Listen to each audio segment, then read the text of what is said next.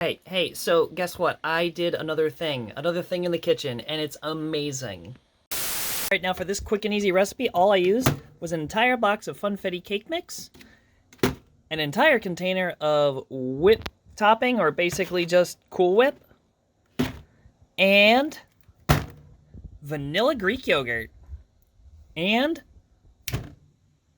look at that. Oh my gosh, so delicious. Ugh, Dunkaroo Dip. So good. What a dessert. Delicious. Absolutely delicious. I'm making this again.